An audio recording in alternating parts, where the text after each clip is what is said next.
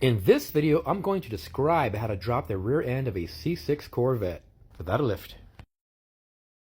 I've already done it, so I can't really show you, but I can tell you what to do.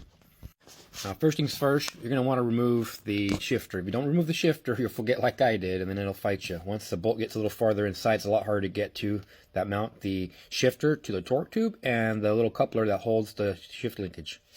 So you want to make sure to take that off first. To take that off, you do have to remove the center console, at least from here on up. You probably should remove the little cover. There's a few Torx bolts right there. You take that off, then you can get underneath and take the wiring and a few other bolts and things out. Do that first.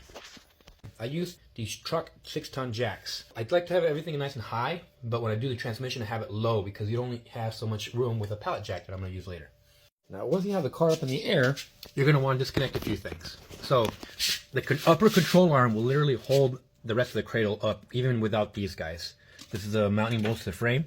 So you want to take the control arms off. Now, they have these little washers here. I usually use a magnet as I'm taking them off so they don't go flying everywhere. Especially if you have a lot of stuff in your garage, you might lose them and never see them again. So you want to remove the shocks. So those two bolts, and I put them back in after I take them out. There's a ground right here on the driver's side. Take that off so you don't tear the cable. There's a brake line right here. There's a brake line, and there's another one, so it connects to this guy down there. So disconnect the brakes, disconnect that. This part right here can flap around, and you don't want to rip up your, you don't want to tear up your brake line. So I loosen it up and take it off, and put the bolt back in. Don't lose your bolts. The next thing is going to be the brake cable. The brake cable, it's some people have trouble with it. I had trouble putting it on rather than taking it off. So you got to pull this side and push the spring down at the same time, and then you can get it past this collar here. Once you get it past that collar, there's a little guy down there that you can slip it off of. You can just bend it over and it comes off. It's not too bad. Then I tuck away over here. Oh, that's not true. These lines are routed through this guy here to the cradle. So you would have to pull it back and then stick it in there. On the cable side, you have a couple options. So I was gonna leave. I prefer to leave these on so you know exactly where they go, because they don't really move on this conduit. They stay where they're at, right? But if you take them off, you can shift it and it won't be exactly the same. So I kind of rather just pull them out if you can get it totally in there. But sometimes that doesn't work out and I end up having to take it off anyway. But at least if you keep one on, you have an anchor point where they're supposed to be. Once you get to the anchor point, the rest should lie roughly where they should be.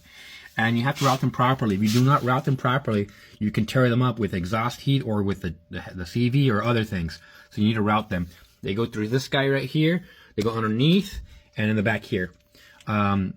If you don't route them right, you're going to have issues. You route them correctly. There's little tabs down here that hold them in place. Okay. Now, you're not going to be able to get to all of this here until you lower it down enough. You can maybe get to like a couple connectors.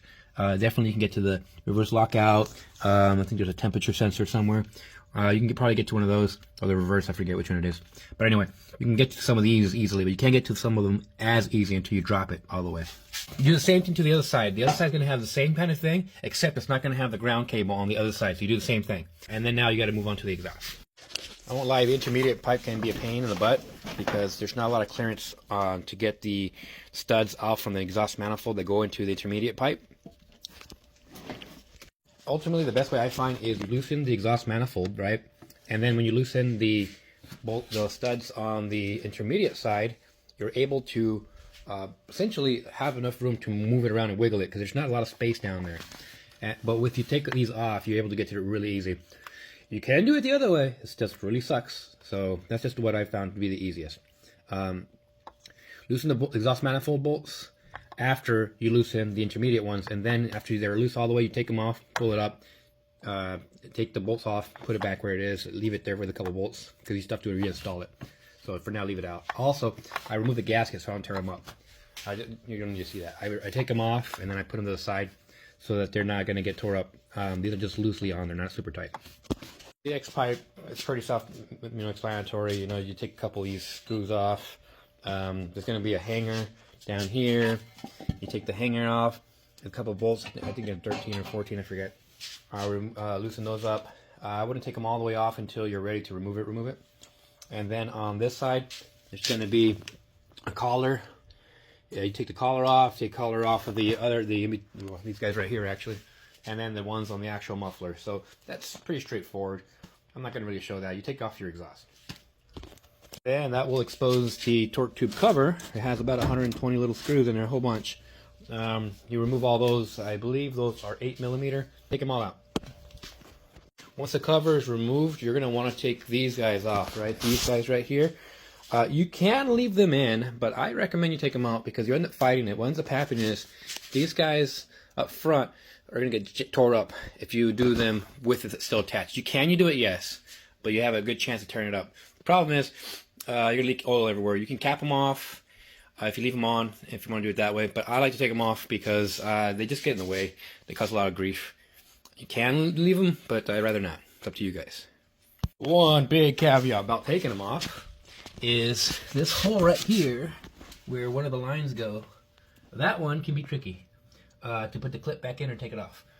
It's very doable. You got to rock the clip from one side to the other and it gets in there pretty easy, but without that technique I found this to be almost impossible. A friend of mine showed me that technique and it worked pretty good for me. So that is the one caveat with taking it off. You have to deal with that. That's not fun. It may not be fun. Now you're going to want to heed this warning right here. This warning tells you, hey, you can't lower the transmission too much because then it'll lever and squish some stuff over here. It's on the firewall and the cowling, and there's like AC lines right there. So you don't want to go beyond that point right here. I had the 6x6 going this way, and then I had the 2x4 in the front. So it wouldn't, on top of the 6x6s, so it wouldn't teeter too much because you see this part's a little bit higher up. And not that you have to make this, but I made this thing a while back. So this piece is kind of stuck back there, but you see it kind of has like a step on it. I do that step because back here there is this piece is angled normally when it's in the air. It goes like at an angle, and that angle makes it kind of hard to put it, like lift it up because it's not flat. So I made the step with this guy. I saw it on YouTube once and I built it. It goes across, and then now it's on top of the 6x6s. These guys, imagine them, they're on top of the pallet this way, and another one with that piece I told you a little while ago with a step, went across, and then a 2x4 in the front. And I put all that on a pallet.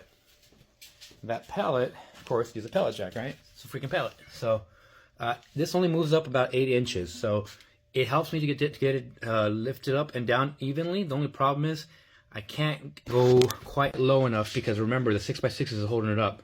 So that's why on the other side you saw a jack. So I would jack this up, remove the 6x6s, and lower it down. I don't want to put this directly on the ground, so I put it on a dolly. These are the dollies you can get at a Harbor Freight or a Home Depot, but I don't like the hole in the middle, so I put a piece of plywood across it. Much more handier that way. And when almost everything was all prepped, you took out the shifter, took out the exhaust, you took out the cover, you took out the lines. Then you remove these bolts. They are, I believe they're 21mm. You want to start these by hand because they have a little piece of aluminum or something, or metal welded to hold them in place, a collar. If you hit it with an impact right away, you're going to destroy that. It's going to spin freely and be a pain in the butt later on. So you want to do this by hand. After you loosen it by hand, you can use an impact then later because it's loose already. But you don't want to start it with the impact. You can until you can't. So just giving you that warning. You can do whatever you want. So anyway, you loosen those up with the pallet jack underneath and everything, pushing everything up. Then you loosen those up little by little to see if it shifts weight. Eventually, these will come down, but the weight will still be supported by the pallet jack. We've taken these off. We start to lower it. Once you get it low enough, you remove these bolts. There's two on this side, two on the other side. I've already taken this off, but this is the slave cylinder that's on the front of the torque tube, the input shaft. You want to be really mindful of this hard line because this hard line can be bent right here. It goes alongside the side of the bell housing, and this wouldn't normally be on your car unless you installed it. This is a remote bleeder, makes it easier to bleed your clutch. So I'll show this underneath. I also normally would have this cover on it. I took it off because I'm rebuilding it. Alright, now this is just simulated because I already have it off of the torque tube. So it would normally be on the front. You see that bar goes along the side of this guy here. As you're coming down, if you're not careful, you can bend it. So you got to be very mindful of that. Also, there's a bracket that holds the line for the slave cylinder. You want to pop this off, otherwise it can yank on there. And the end of the slave cylinder has this guy. There's going to be a little clip that goes across here from the front. You can't really get to it easily from in here. Maybe you can, but I've had trouble, so I usually make my life a little easier and remove the fender. In my case, I'm going to be doing some work here anyway, so I didn't really care.